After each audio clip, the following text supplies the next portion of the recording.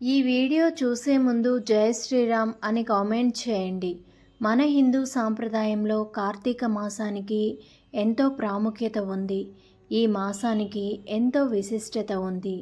ఏకకాలంలో శివకేశవుల్ని ఇద్దరినీ కూడా పూజించి పుణ్యాన్ని పొందే మాసమే ఈ కార్తీక మాసం.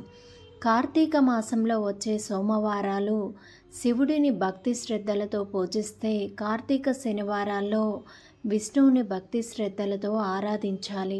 అన్ని మాసాల కంటే అత్యంత పవిత్రమైన మాసం, పరమేశ్వరుడికి అత్యంత ప్రీతికరమైన మాసం ఈ కార్తీక మాసం. కార్తీక మాసంలో చేసే స్నానాలకు, దీపాలకు, దానాలకు, జపాలకు ఎంతో పుణ్యం లభిస్తుంది. కాబట్టి తప్పకుండా సంవత్సరం మొత్తం పూజలు చేస్తే ఎంత ఫలితం లభిస్తుందో, కేవలం ఈ ఒక్క నెలలోనే పూజలు చేస్తే అంత పుణ్యఫలం దక్కుతుంది. ఈ మాసంలో నియమనిష్టలతో పరమేశ్వరుని పూజిస్తే జన్మ జన్మల దరిద్రం తొలగిపోయి కోటి జన్మల పుణ్య ఫలితం లభిస్తుంది. అయితే ఈ కార్తీక మాసంలో చేయకూడని పనుల గురించి తెలుసుకుందాం. మరి కార్తీక మాసంలో శివ పూజలో చేయకూడని తప్పులు ఏంటో ఈ వీడియోలో వివరంగా తెలుసుకుందాం. కార్తీక మాసంలో శివుడికి చేసే పూజలకు పుణ్య ఫలితం లభిస్తుంది. కార్తీక మాసంలో శివుడిని అభిషేకించేటప్పుడు మారేడు దళాలు సమర్పించిన శివకటాక్షం లభిస్తుంది. ఈ మాసంలో కార్తీక స్నానం, శివకేశవుల స్తోత్ర పారాయణ, పూర్ణిమ, ఏకాదశిలో చేసే సత్యనారాయణ వ్రతం అత్యంత పుణ్య ఫలితాన్ని ఇస్తాయి. కార్తీక మాసం అనేది చాలా పవిత్రమైన మాసం. ఎన్నో పుణ్య ఫలితాలను ఇచ్చే మాసం ఇది. సాక్షాత్తు పరమశివునికి ఎంతో ఇష్టమైన మాసం.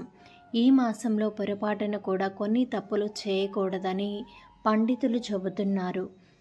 ఒకవేళ ఎలాంటి తప్పులు చేస్తే శివుడి ఆగ్రహానికి గురవుతారు. తర్వాత మీరే కష్టాలు అనుభవించాల్సి ఉంటుంది. మరి కార్తీక మాసంలో ఎలాంటి తప్పులు చేయకూడదు. ఈ పవిత్ర కార్తీక మాసంలో భార్యాభర్తలు శారీరకంగా కలవకూడదు. నియమనిష్టలతో పూజ చేయలేను అనుకునే వారికి బ్రహ్మచర్యం పాటించాల్సిన అవసరం లేదు. అలా అని కార్తీక సోమవారాల్లో, ఏకాదశి, ద్వాదశి, పౌర్ణమి రోజుల్లో బ్రహ్మచర్యం పాటించండి. పవిత్రమైన కార్తీక మాసంలో ఇంట్లో ఆడవాళ్ళు కంటతడి పెట్టకూడదు. సంతోషంగా ఉండాలి. దీనివల్ల దేవదేవుడైనటువంటి శివుడు ప్రసన్నమవుతాడు. అలాగే కార్తీక మాసంలో స్త్రీలు ఇంటిని పరిశుభ్రంగా ఉంచుకోవాలి. భార్యాభర్తలు గొడవలు పడకుండా ప్రశాంతంగా ఉండి కుదిరినప్పుడల్లా కూడా కలిసి పార్వతీ పరమేశ్వరులను పూజించుకోవాలి. అలాగే కార్తీక మాసంలో సూర్యోదయం అయ్యే వరకు నిద్రపోతూ ఉండకూడదు. ఉదయం ఎంత త్వరగా వీలైతే అంత త్వరగా నిద్రలేచి స్నానం చేసుకొని శివుణ్ణి ఆరాధించుకోవాలి. అలాగే ఆడవాళ్ళు కార్తీక మాసంలో పగటిపూట నిద్రపోకూడదు. అలాగే ఈ కార్తీక మాసంలో మగవారు కటింగ్ చేయించుకోకూడదు. గడ్డం కూడా చేయించుకోకూడదు. కార్తీక వ్రతం చేసేవారు నెల రోజులు కూడా నేల మీద నిద్రించాలి. తలకు నూనె పెట్టుకోకూడదు. కార్తీక వ్రతం చేసేవారు తప్పకుండా వ్రత నియమాలు పాటించాలి.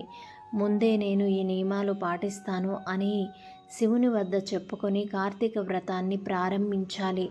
మధ్యలో వ్రతభంగం జరిగితే మాత్రం చాలా కష్టాలు ఎదురవుతాయి. కనుక ముందే మీరు పాటించగలరో లేదో ఆలోచించుకొని అప్పుడు నియమాలు దేవునికి చెప్పుకోవాలి. మేము నెల రోజులు చేయలేము అనుకునేవారు పాడ్యమి రోజు, పౌర్ణమి, ఏకాదశి ఆఖరి రోజున ఈ నియమాలు పెట్టుకోవాలి. అలాగే సోమవారాలు, పౌర్ణమి చేసిన పూర్తి ఫలితాన్ని పొందుతారు. ముఖ్యంగా స్త్రీలు కార్తీక మాసంలో దీపాలు వెలిగిస్తూ ఉంటారు. కార్తీక సోమవారము, పౌర్ణమి, ఏకాదశి ఇలా పర్వదినాలలో ఆలయాల్లో దీపాలు పెడుతూ ఉంటారు. అలా దీపాలు పెట్టినప్పుడు ఉన్న దీపాలను పక్కకు తీసేసి దీపాలు పెడుతూ ఉంటారు. ఇలా చేయడం చాలా తప్పు. అలా అనుకున్నప్పుడు ఎక్కువగా కాకుండా 1-2 దీపాలు పెట్టినా సరిపోతుంది. అలా అయితే గుడిలో అందరూ కూడా దీపాలు వెలిగించుకోవడానికి వీలు ఉండదు. మీరు ఒకవేళ దీపాలు వెలిగించకపోయినా కొండెక్కుతూ ఉన్న దీపంలో నూనె పోసినా లేదా వత్తి వేసినా చాలు, దీపం వెలిగించినంత ఫలితం వచ్చేస్తుంది. కనుక ఈ విషయాన్ని గుర్తుపెట్టుకొని ఈ నూనెలో దీపారాధన చేసి శివుడిని నియమనిష్టతో పూజ చేస్తే సకల పాపాలు తొలగిపోతాయని నమ్ముతారు.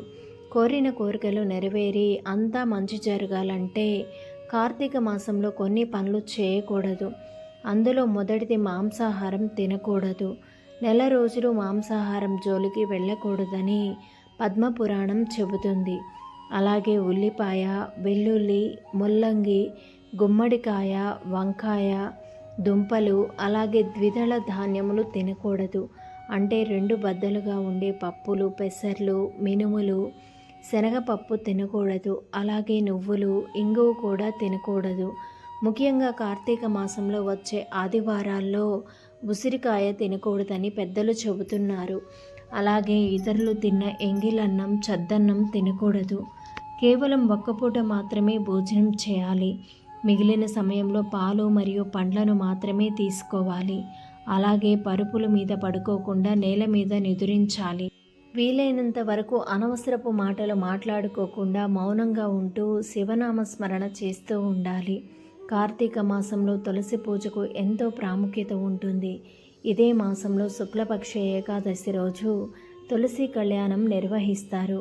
కాబట్టి ఈ సమయంలో తులసిని పూజించడం వల్ల జీవితంలో సంతోషం, శ్రేయస్సు లభిస్తాయి. కాబట్టి ఈ మాసంలో ఎట్టి పరిస్థితుల్లోనూ తులసి దళాలను తెంచరాదు. ఈ మాసంలో శివ అష్టోత్తరం, లింగాష్టకం, బిల్వాష్టకం, శివస్తోత్రం పఠించడం వల్ల సకల శుభాలు జరుగుతాయి. కార్తీక మాసంలో నదీ స్నానం చేయడం వల్ల జీవితంలో ఆనందం, ఐశ్వర్యం, ఆరోగ్యం, మానసిక ప్రశాంతత లభిస్తాయి. కార్తీక మాసంలో దీపదానం, తులసి పూజ, నేలపై పడుకునేటప్పుడు త్యజించడం, ఆత్మనిగ్రహం, ఆహారంలో మితంగా ఉండాలి.